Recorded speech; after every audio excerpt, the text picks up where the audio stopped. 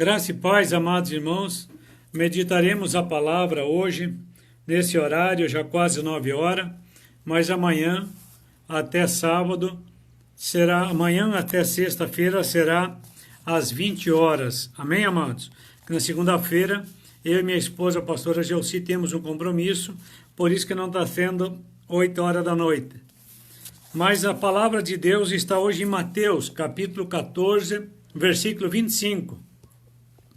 E é uma meditação muito importante, eu quero dar o título a ela de Socorro a Deus. O título dessa mensagem é Socorro a Deus. Já de madrugada, entre as 3 e as 6 horas, Jesus foi até lá, andando em cima das águas. Mateus 14, 25.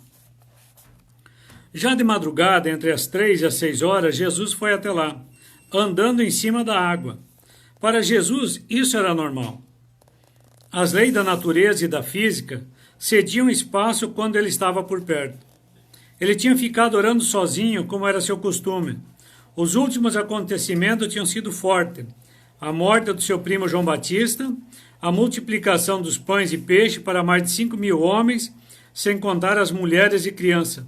Ele precisava de espaço para conversar com seu pai, algo de que todos nós precisamos continuamente, o espaço e tempo para oração. Amados, Jesus mandou que os discípulos atravessassem o mar da Galileia. E ele ficou no monte orando. Mas ninguém perguntou para ele: Senhor, como o senhor vai atravessar o mar da Galileia se o senhor está mandando nós ir de barco e o senhor vai ficar no monte orando a noite toda? Ninguém teve coragem de perguntar a Jesus de que maneira ele os encontraria. Simplesmente obedeceram a ordem do mestre e foram atravessar o mar e deixaram ele lá no monte, do outro lado do mar, orando e falando com Deus Pai. De madrugada começa uma tempestade. E eles entram em desespero. E se Jesus não viesse socorrer, eles teriam morrido. Porque a Bíblia diz que as ondas e o vento açoitavam o barco. Com certeza o barco iria a pique. E os seus 12 discípulos teriam morrido. Os discípulos já estavam no meio do lago, com ondas que batiam com força no barco. E assim como caminhando até a esquina, Jesus caminhou por cima das águas. Amados, o que é caminhar sobre as águas para um Deus todo-poderoso que criou as próprias águas? A lei da natureza, a lei da física, a ciência, foi ele que criou. Tudo é submetido por ele e serve para ele. Foi caminhando, exatamente desse jeito, foi caminhando, que ele se aproxima dos discípulos. Mas os discípulos ficaram apavorados, porque no meio da tempestade, histórias de pescadores e marinheiros é que existe fantasma. E aí quando viram aquele homem caminhando, disseram: agora certamente morreremos, porque está vindo ao nosso encontro um fantasma. O susto foi mais forte do que o medo da tempestade. Até o horário do que aconteceu ficou registrado pelos evangelistas, entre as 3 e as 6 horas da madrugada. Olha o tamanho do pavor que eles ficaram. Eles não sabiam mais nem que hora era, se era 3 ou era 6. Aí ficaram naquela, um falando para o outro: foi 3, foi 4, foi 5, foi 6. Foi entre 3 e 6 horas da manhã. Nós estávamos lá pronto para morrer. Chega Jesus caminhando sobre as águas e grita: não se apavore, não se assustem, sou eu. E quantas vezes, amados, eu e você, deveríamos clamar por esse Jesus que anda sobre as águas, para que ele venha acalmar o vento e as tempestades da vida que vem sobre nós. E nós olhamos tanto para as ondas, tanto para o vento, olhamos tanto para baixo no barco afundando, ao invés de levantar a cabeça e clamar pelo socorro de nosso Senhor Jesus Cristo. E o que é pior, achamos que não tem solução. Porque os discípulos estavam dentro do barco, sendo açoitados pelo vento, sendo praticamente destruídos pelas ondas, e para piorar, agora aparece um fantasma. Parece que o problema agora havia ser completado, a panela estava cheia. Não bastava a tempestade, agora um fantasma ainda para assustar. Amados, muitas vezes os problemas da nossa vida eles se transformam em fantasma quando não são resolvidos. Para onde que a gente olha, a gente enxerga. Porque a gente só olha para o problema. Não olha para quem tem a solução do problema. Para quem pode resolver. Por isso que Jesus grita de longe para eles. Eu fico imaginando aqui, amados, com meus pensamentos, por que Jesus gritou de longe? Não se assustem, sou eu. Eu creio que naquele momento, palavras minhas, Jesus deve ter pensado, eles acham que eu sou um fantasma, eles vão pular desse barco, e aí que eles vão morrer mesmo, vão morrer afogados, cair nessas ondas. Porque ele já grita de longe, não se assustem, sou eu. Os discípulos que deveriam estar acostumados a ver eventos sobrenaturais e milagres, não esperavam por isso. Sabe por quê, amados? Eu tenho repetido para vocês aqui. Milagre não leva ninguém para o céu. Milagre não salva. Conheço pessoas que receberam milagre de Deus. Foram curados. E hoje estão no mundão. Estão levando uma vida miserável. Esqueceram que um dia Jesus teve misericórdia e fez um milagre na vida. Deu a cura. E a pessoa, quando está no hospital, promete, quando sair vou servir a Deus. Quando ele é curado, a primeira coisa que ele faz é fazer festa, fazer churrasco para comemorar a cura. Ao invés de ir para a igreja, agradecer e glorificar o nome santo de nosso Senhor Jesus Cristo. Lembram daquele homem que foi curado no tanque de Betesda depois de 38 anos? O milagre que ele teve não durou um ano. Porque em vez de ficar com Deus, só fez coisa errada e acabou morrendo. Todos os discípulos gritaram, agora morreremos, é um fantasma. Gritaram muito alto, porque o medo já estava mais alto do que o som do vento. E somente se acalmaram quando Jesus gritou, coragem, sou eu. Quando Jesus diz a palavra coragem, sou eu, Jesus automaticamente está chamando eles de covarde, medrosos e incrédulos. Essa é a palavra. Não tenham medo, 14 e 27. Olha como ele chama eles de medroso. E depois ele diz, não tenham medo. Jesus estava dizendo, não sou fantasma, sou eu, não estão me reconhecendo? Ao reconhecerem a voz e pela confiança que tinham em Jesus, se acalmaram. E a pergunta que eu faço hoje à noite é, você tem ouvido a voz de Deus? Ou você tem mais prestado no vento e nas ondas do mar do que na voz de Deus? Para ouvir a voz de Deus, precisa se acalmar, entrar no quarto, fechar a porta e orar. No culto ele te ouvirá. É o que diz a Bíblia. Entra no teu quarto, fecha a porta e no culto ele te ouvirá. Será que estamos ouvindo a voz de Deus? Ou temos ouvido a voz do mundo? Quando Jesus chegou na casa de Jairo para ressuscitar Talita, e ele disse, a menina não está morta, ela está dormindo. Todo mundo riu da cara de Jesus. E aí Jesus, não gostando do que estava vendo, ele falou, sai todo mundo para fora. Fica Pedro, Tiago, João, o pai e a mãe, o resto racha fora daqui. Não quero pedra de tropeço. Fechou a porta do quarto e ressuscitou a menina. Será que nós não estamos ouvindo mais o barulho do mundo, ou dos fofoqueiros, dos amaldiçoadores, dos que não acreditam em Deus, dos que servem outros deuses? A quem nós temos emprestado o nosso ouvido? Ao Espírito Santo de Deus, que fala, que nos encoraja? Nós temos dado ouvido ao próprio Jesus? Temos ouvido as respostas? Temos ouvido a voz do anjo que vem trazer notícia de Deus para nós? Como está a nossa audição? Nós temos crido naquilo que temos lido na Bíblia? Ou simplesmente ouvimos qualquer palavra e aceitamos como arroz de segunda-feira que foi cozinhado no domingo? Temos que vigiar muito naquilo que nós ouvimos e naquilo que nós praticamos.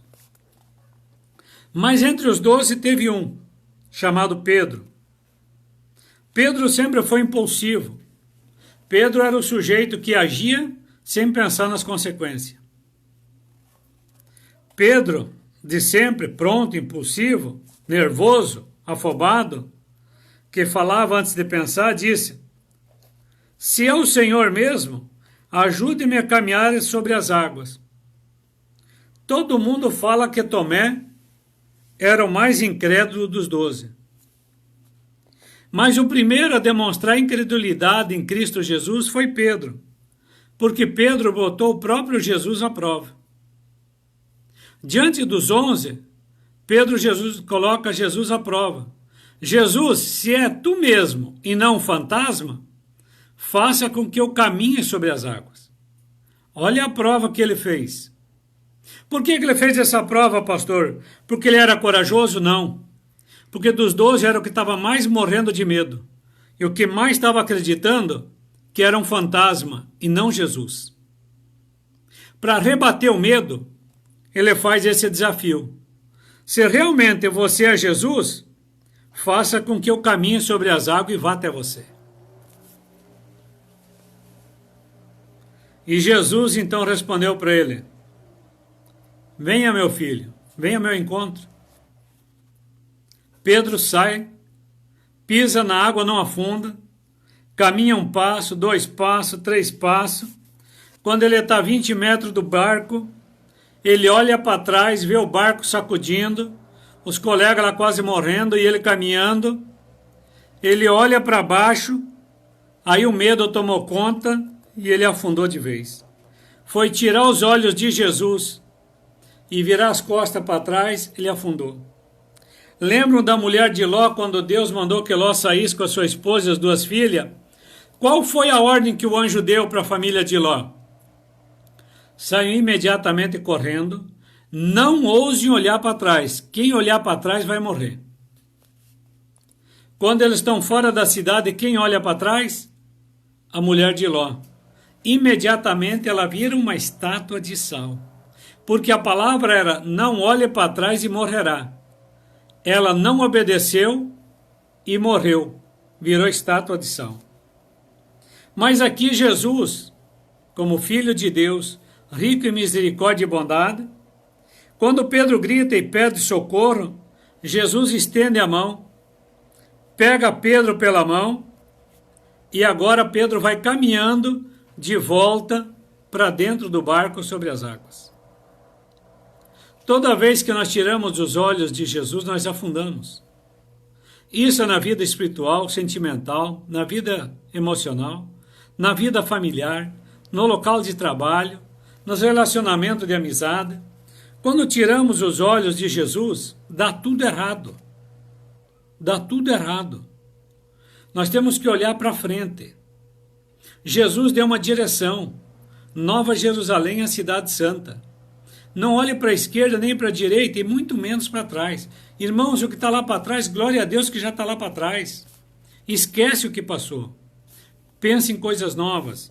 Crie novos objetivos.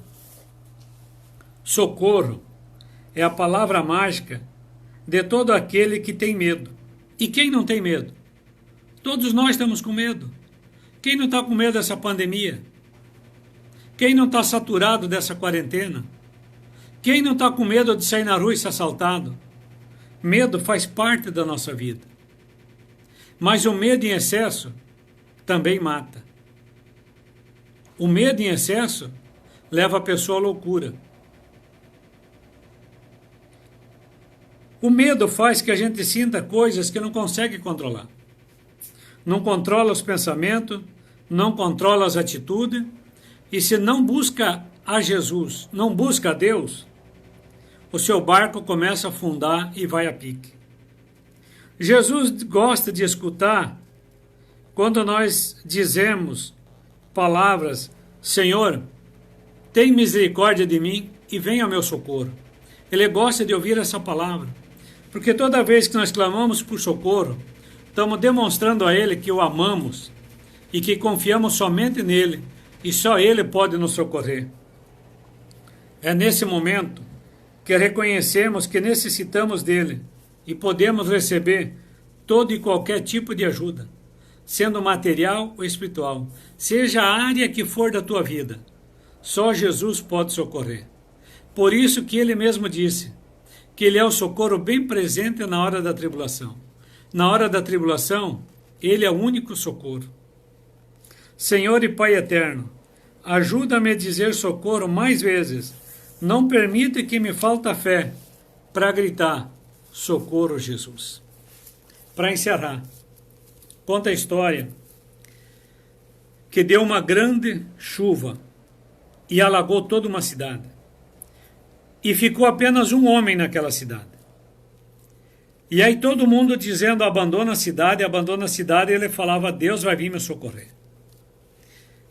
Veio o corpo de bombeiro com um barco e falou, te joga de cima da casa e vem com nós. Ele falou, não, Jesus vai me socorrer. Veio um helicóptero e se lançou um homem com cabo de aço para pegar ele, e ele falou, não, eu sou servo de Deus, Jesus vai vir me socorrer. O helicóptero foi embora, o homem morre afogado. Chega diante de Deus e reclama a Deus. Era teu servo fiel, acreditava em ti, clamei por socorro e você me deixou morrer afogado. Resposta de Deus para esse homem. Quando você pediu por socorro, eu mandei o teu vizinho te avisar que era para sair correndo porque a água estava vindo. Você não ouviu. Você gritou por socorro, eu mandei os bombeiros. Você não ouviu. Você gritou por socorro a terceira vez, eu mandei um helicóptero. Você não ouviu. E aí você quer me culpar pela sua morte? Não seria mais fácil você se culpar a si mesmo por não ouvir a minha palavra? Porque eu uso quem eu quero, como eu quero, para socorrer os meus filhos? Eu te mandei 3 socorros e você rejeitou. Então, amados, não rejeite o socorro de Deus. Deus sempre vai usar um homem ou uma mulher. Deus sempre vai usar uma pessoa para te abençoar, seja na área que for. Deus usa os seus servos para um abençoar o outro. Jesus mandou os discípulos irem de barco, porque já era projeto dele, plano dele caminhar sobre as águas. E ele estava fazendo um teste de fé com seus discípulos. Depois de 3 anos andando com ele, faltando 6 meses para terminar seu ministério, ele queria ver como é que eles estavam de fé, porque eles já sabiam que eles tinham poder e autoridade. Os próprios discípulos, qualquer um poderia ter levantado a mão e mandado as ondas se acalmar e o vento se calar, e eles obedeceriam, porque Jesus já tinha declarado, dado a eles no reino do Espírito poder e autoridade. Mas eles não colocaram o poder e autoridade em prática. Antes deixaram-se levar pelo velho homem o desespero e o medo. Por isso eu termino essa palavra dizendo para vocês: orem, peçam socorro a Deus, mas não rejeitem da onde vai vir o socorro. Deus vai te socorrer do jeito que Ele quer, da maneira que Ele quer, mas uma coisa é certa, Ele vai te socorrer. Se Ele não vier pessoalmente, Ele manda o anjo trazer uma boa notícia. Se Ele não mandar o anjo, vai te mandar um amigo, um vizinho, um pastor, uma pessoa para te trazer a resposta que você precisa ouvir. Amanhã às 20 horas estamos juntos. Ontem tivemos um culto maravilhoso na igreja. Glória, bendito ao nosso Senhor Jesus Cristo.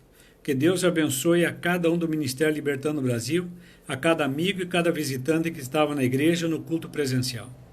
Eu termino essa noite profetizando aquilo que eu comecei dia 20 de março com vocês. Salmo 112, versículo 3. Bens, riqueza e justiça de Deus nunca faltará dentro da tua casa. Agora me faz um favor, compartilhe essa mensagem no WhatsApp e no Facebook. Milhares de pessoas nesse país estão precisando gritar: socorro, Jesus, porque o Senhor é o socorro bem presente na hora da tribulação. Salmo 70 diz: apressa-te, Senhor, em meu socorro, porque ainda sou pobre e miserável pecador, mas deixarei de ser no dia em que o Senhor rasgará as nuvens do céu e nos chamará: vinde benditos do meu Pai, porque tudo está preparado. Deus abençoe a tua família, a tua vida, teu emprego, o teu comércio e a tua saúde. Deus te abençoe poderosamente nessa noite de sono, em nome de Jesus.